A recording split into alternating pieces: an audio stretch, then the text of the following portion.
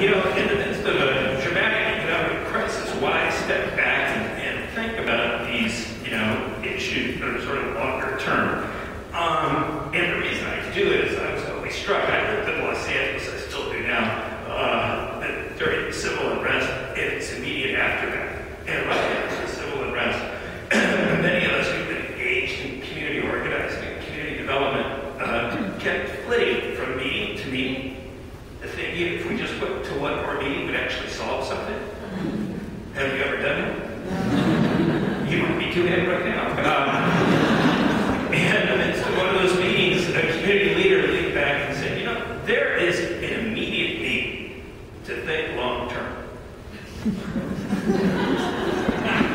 And, you know, it struck us that instead of kind of rushing around, we need to figure out what the trends were. And I think right now, for the U.S., the trends have to do with this new demography, the new economy, and the new inequality. And we'll talk a little bit about the environment as well, and how it relates to sustainability.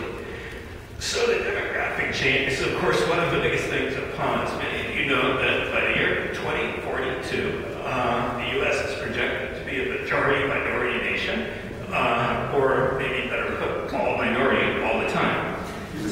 Now, this is going to happen earlier for the population that's less than 18. By 2023, the U.S. population of the age of 18 will be majority people of color. And this year, or next year, will be the first year that the majority of births in the country are to people of color. So there is a huge demographic change coming as we move forward. Now, I live in California, and of course this has already happened in California. I need to remember the exact day it happened. You know how demographers do that? They say the 300 millionth baby was born today. His name is Fresno. His name is Jose. He lives in Fresno. You're like, how did you know that? Well, on December 15th, 1999, I get getting phone calls from reporters all day long saying California has become majority. What's it mean? What's it mean? And there was a bit of a tone of panic in their voices.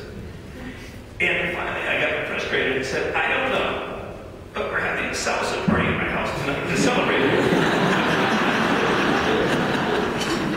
In the spirit of it in California, everyone's invited. They just have to learn a new step. And in fact, that's really what we need to do, is to learn a new step in terms of civic engagement, economic development, working with different communities because of this new demography. Now, this demographic change is partly driven by immigration, and so, you know, in California, most of our demographic change up until now was driven by immigration. But it turns out that immigration is tapering off, and in California, and in Los Angeles County, actually the share of foreign born is now in decline. And what's happening is we're moving increasingly to a second-generation population. In fact, where I live, in Los Angeles, 1/3 of our residents are immigrants. Nearly half of our workforce is foreign born. 2/3 of our children are the children of immigrants. 90% of them are U.S. born. They're not going anywhere. They're the future of that region. Now, this demographic change, you know, people hear about it, they think it must be occurring someplace else, right? That is, it's all happening in LA. That in fact, the demographic change will happen because Los Angeles will become 200% Latino, right? It's sort of super Latino, right? And that's what will drive the change in the rest of the country.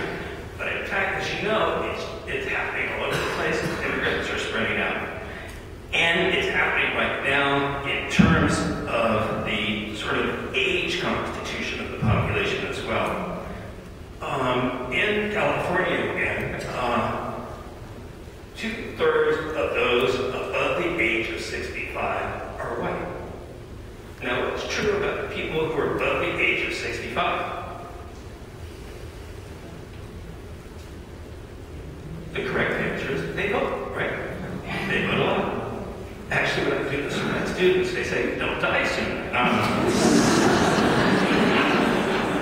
Which is an answer at 53 that I do not like. But we have 2/3 above the age of 65 who are white, 2/3 below the age of 18 who are kids of color. That's a stark generation